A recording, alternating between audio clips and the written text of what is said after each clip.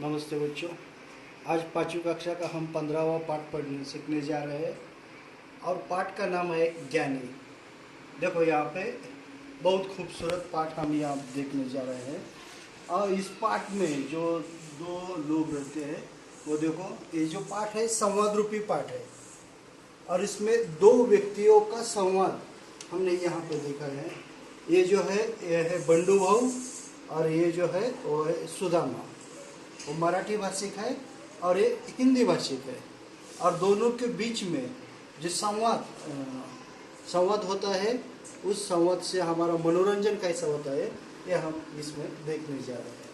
देखो, हम देख सकते हैं कि परमेश्वर ईश्वर ने मनुष्य को ही भाषा का ज्ञान दिया हुआ है।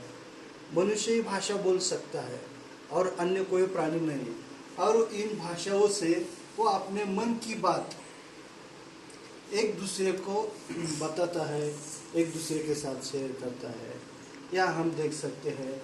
और इस पाठ में ये जो पाठ है बच्चों, हमारा भारत देश विविधताओं से विभूषित है। हर प्रांत में भाषा बोली जाती है, हर प्रांत में अलग अलग भाषा होती है। जैसे महाराष्ट्र में मराठी है, गुजरात में गुजराती है, कर्नाटक में कन्नड़ है।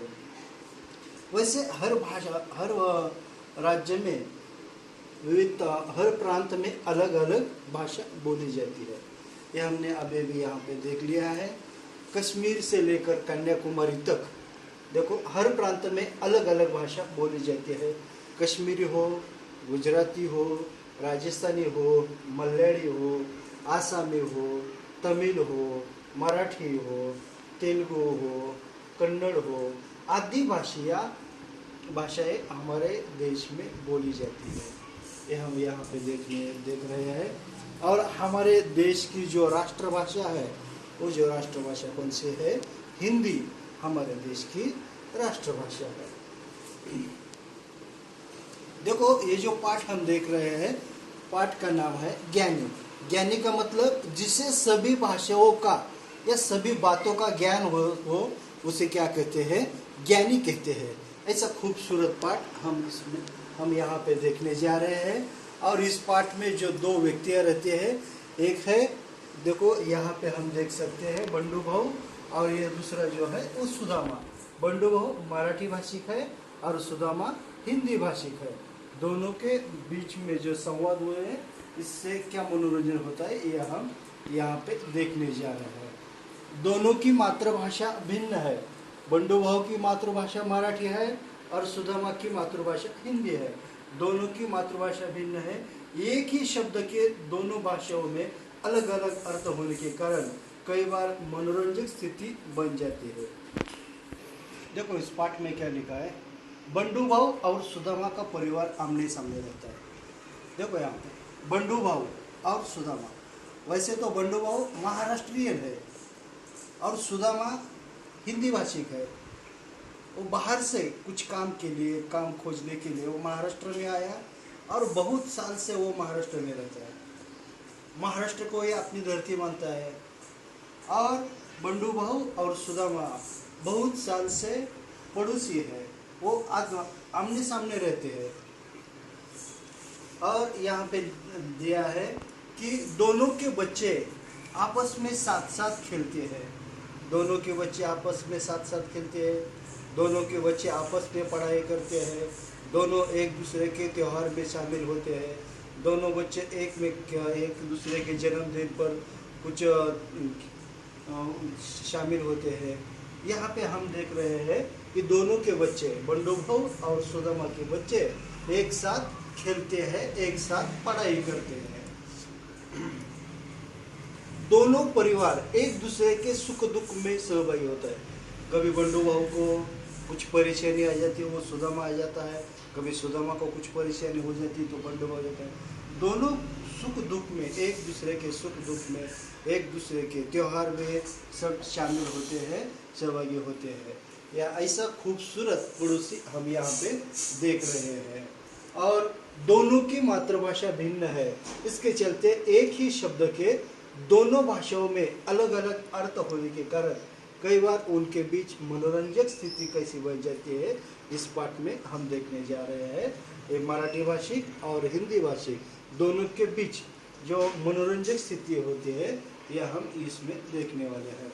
बंडू भाऊ, वो बंडू भाऊ क्या बोलता है? वो बंडू भाऊ देखो यहाँ पे हम देख रहे हैं, बंडू भाऊ सुदामा को क्या बोलता है? मना करने के बाद भी बच्चे बरसात में भीग रहे हैं, अंदर बुलाकर उन्हें शिक्षा दो। सुदामा को कहता है मना करने के बाद भी, कितने बार बच्चों को बोला फिर भी वो क्या करते हैं? बरसात में भीगते हैं, अंदर बुलाकर उन्हें शिक्षा दो। ऐसा यहाँ पे बंडू भाऊ सुदामा को बोलता है। शिक्षा का मतलब उन्हें डंडा मारना। तो सुदामा यहाँ पे देखो, सुदामा क्या बोलता है? अरे बंडू भाऊ, मैं क्यों शिक्षा दूं? शिक्षा तो उन्हें विद्यालय में मिलती है। देखो शिक्षा एक शब्द का कितना अर्थ अलग अलग हो गया, यहाँ पे हम देख रहे हैं। देखो यहाँ पे बंडू भाऊ का जो कहना था, शिक्षा मतलब उन्हें कुछ छड़ी से मारना, क्योंकि वो भीगते बरसात में भीग रहे हैं। और शिक्षा मतलब पढ़ाई, देखो विद्यालय में जो सिखाते हैं उसे। बंडू भाऊ ने ये अर्थ लिया और सुदामा ने ये अर्थ लिया। इससे क्या होता है, ये मनोरंजक स्थिति कैसी पैदा होती है, ये हम इसमें देखने जा रहे हैं। तो बंडू भाऊ क्या बोलता है? तो क्या बच्चे ऐसे ही भीगते रहेंगे? ये जो बच्चे हैं तो ऐसे ही भीगते रहेंगे क्या? उन्हें कुछ शिक्षा विक्षा कुछ नहीं, ऐसे ही भीगते रहेगा? सुदामा बोलता है बच्चे तो बंदर होते हैं, इसलिए खेलते ही रहेंगे। देखो बंडू भाऊ, बच्चे बंदर के समान होते हैं और वो ऐसे ही खेलते रहेंगे। बंडू भाऊ को कुछ समझ नहीं आया। वो क्या बोलता है? लेकिन जब आसपास कहीं समुद्र नहीं है तो बच्चे बंदर पर कैसे जाएंगे? देखो सुदामा, कुछ गलती हो रही है आपके बोलने में। देखो, लेकिन जब आसपास कहीं समुद्र नहीं है, मैं खुद महाराष्ट्रियन हूँ, मैं यहाँ महाराष्ट्र में यहाँ ही पैदा हूँ, तब से मैंने देखा है कि इधर आसपास कहीं पे समुद्र नहीं है, तो बच्चे बंदर पर कैसे जाएंगे? यहाँ पे हम देख रहे हैं बंदर मतलब, देखो यहाँ पे बंदर वानर हम देख रहे हैं, और बंडू भाऊ बंदर मतलब ये बंदरगाह जहाँ पे अगबोट, जहाँ पे जहाज जो रुकते हैं उसे बंदर कहते हैं। दोनों ने, ये जो बंदर है उसका दोनों ने अर्थ अलग अलग लिया है। देखो सुदामा ने अर्थ बंदर मतलब यहाँ पे हम देखो वानर लिया है, और बंडू भाऊ ने बंदर का अर्थ क्या लिखा है, क्या अर्थ लिया है? देखो यहाँ पे जहाज। इसलिए दोनों के बीच कैसी मनोरंजक स्थिति पैदा होती है ये हम देख रहे हैं। सुदामा बोलता है अच्छा जरा बैठो, मैं भीगा हुआ ऊन का स्वेटर सुखाने के लिए फैला आता हूँ। जरा रुको बंडू भाऊ, रुको, जरा बैठो, मैं भीगा हुआ ऊन का स्वेटर, ऊन का मतलब लोकर का, जो लोकर जगह रहता है वो स्वेटर सुखाने के लिए फैलाता हूँ। तो बंडू भाऊ क्या बोलता है? देखो यहाँ पे बंडू, तुम ऊन के स्वेटर को ऊन में कैसे सुखा सकते हो? ऊन का मतलब होता है स्वेटर, लोकर का स्वेटर, और ऊन का मतलब होता है सूर्य किरण। तो बंडू भाऊ क्या बोलता है? तुम ऊन के स्वेटर को ऊन में ही कैसे सुखाते हो? देखो यहाँ पे ये जो लोकर का स्वेटर है उसे ऊन का स्वेटर कहते हैं, और ऊन मतलब ये देखो सूरज के जो किरणें रहते हैं उसे ऊन कहते हैं। तो बंडू भाऊ बोलता है ऊन के स्वेटर को ऊन में कैसे सुखाते हो? इसलिए दोनों के बीच कैसी मनोरंजक स्थिति पैदा हो रही है ये हम यहाँ पे देख रहे हैं। देखो यहाँ पे सुदामा क्या बोलता है? अच्छा ये सब छोड़ो, बंडू भाऊ को बोलता है ये सब छोड़ो, बेटी को खत भेजा कि नहीं? तो बंडू भाऊ क्या बोलता है?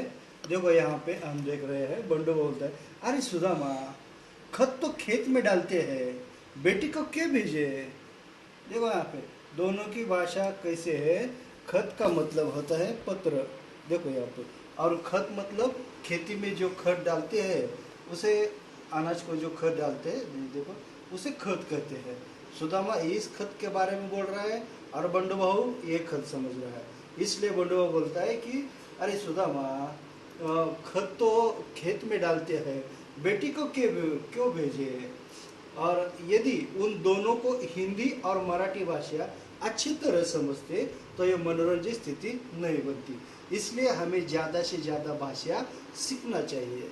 जितना अधिक भाषा, जितने अधिक भाषा का ज्ञान होता है उतना बहुत फायदेमंद रहता है। और बंडू को तो मराठी भी सिर्फ मराठी आती है, हिंदी ज़्यादा नहीं आती, और सुदामा को हिंदी आती है, मराठी ज़्यादा नहीं आती।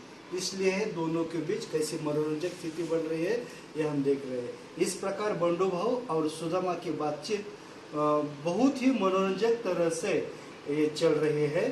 दोनों ही एक दूसरे के शब्द के अर्थ अलग अलग ले रहे हैं। बंडू भाव उस शब्द का अर्थ अलग ले रहा है और सुदामा के शब्द का अर्थ अलग ले रहा है। यदि वे दोनों हिंदी और मराठी भाषा समझते तो शायद यह स्थिति नहीं बनती। इसलिए कहते हैं कि जो जितनी भाषा अधिक भाषा सीखता है उसे उसका ज्ञान उतना ही बढ़ता है। इसलिए हमने ये खूबसूरत बात अभी देखा है, जो जितनी अधिक भाषा सीखता है उसका ज्ञान उतना ही बढ़ता है। इसलिए हमने जो अभी पाठ सीखा है उसका नाम क्या है? ज्ञानी। ज्ञानी इस पाठ का नाम। इस पाठ पर कुछ स्वाध्याय हम देख रहे हैं। देखो यहाँ पे कक्षा 5वीं हिंदी और पाठ 15वां और उसके कुछ स्वाध्याय हम देख रहे हैं। प्रश्न पहला, कोष्टक में से उचित शब्द चुनकर रिक्त स्थानों की पूर्ति करो। बंडू भाव और सुदामा का परिवार डैश रहता है। कहाँ रहता है? साथ साथ सुख दुख, आमने सामने, मातृभाषा, ज्ञान। कहाँ रहता है? कौन सा पर्याय है उचित? आमने सामने। बंडू भाव और सुदामा का परिवार आमने सामने रहता है। देखो यहाँ पे दोनों के बीच दोनों के बच्चे आपस में डैश खेलते हैं। क्या खेलते हैं? साथ साथ खेलते हैं। दोनों के परिवार एक दूसरे के डैश में सहभागी होते हैं, सुख दुख में होते हैं। बंडू भाव का परिवार और सुदामा का परिवार दोनों की डैश भिन्न है, दोनों की मातृभाषा भिन्न है। बंडू भाव की मराठी और सुदामा की हिंदी। जो जितनी अधिक भाषा सीखता है उसका डैश उतना ही बढ़ता है, उसका ज्ञान उतना ही बढ़ता है। प्रश्न दूसरा, सही विधान के सामने सही का और गलत विधान के सामने गलत का चिन्ह लगाओ। देखो यहाँ पे पहला जो है, बंडू भाव और सुदामा अच्छे पड़ोसी है, और उसका उत्तर क्या है? सही है। बंडू भाव और सुदामा एक दूसरे की भाषा जानते हैं, गलत। एक दूसरे की भाषा वो नहीं जानते। मराठी में शिक्षा का अर्थ दंड होता है, सही। और हिंदी में खत का अर्थ खाद होता है, गलत। मराठी में बंदरगाह को बंदर कहते हैं, सही है। प्रश्न तीसरा, निम्नलिखित वाक्य किसने किससे कहा? शिक्षा तो उन्हें विद्यालय में मिल जाती है, यह वाक्य सुदामा ने बंडू भाव से कहा। देखो अगला, एक वाक्य में उत्तर लिखिए। किसके बच्चे बरसात में भीग रहे हैं? सुदामा के बच्चे बरसात में भीग रहे हैं। बंडू भाव के बच्चे भी नहीं भीग रहे हैं, सिर्फ किसके? सुदामा के बच्चे बरसात में भीग रहे हैं। दूसरा, सुदामा के अनुसार शिक्षा कहाँ मिलती है?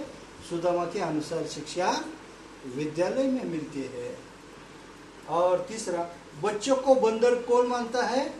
सुदामा बच्चों को बंदर मानता है।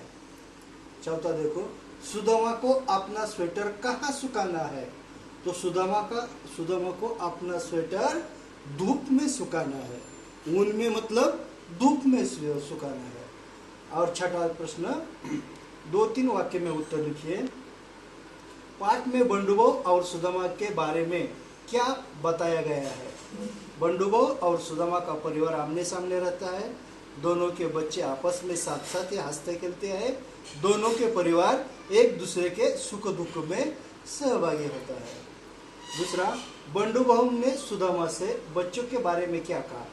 बंडू भाव ने सुदामा से बच्चों के बारे में कहा कि बच्चे बरसात में भीग रहे हैं, अंदर बुलाकर उन्हें शिक्षा दो, ऐसा कहा। देखो यहाँ पे 7वां प्रश्न, समानार्थी शब्द लिखो। सागर का मतलब होता है समुद्र, तनया बेटी, मरकट बंदर, और पत्र का मतलब खत। विरुद्धार्थी शब्द हम यहाँ पे देख रहे हैं।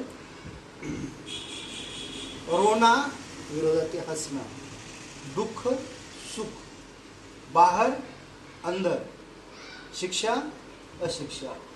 इस प्रकार हमने अभी भी जो ज्ञानी जो पाठ है, दोनों अलग अलग भाषाओं में रहने वाले जो लोग हैं, दोनों अलग अलग भाषा बोलने वाले लोग हैं, इसमें उनको मराठी और हिंदी दोनों को भी ज़्यादा जानकारी न होने से कैसे मनोरंजक स्थिति पैदा होती है, इस पाठ में अभी हमने देखी है। धन्यवाद।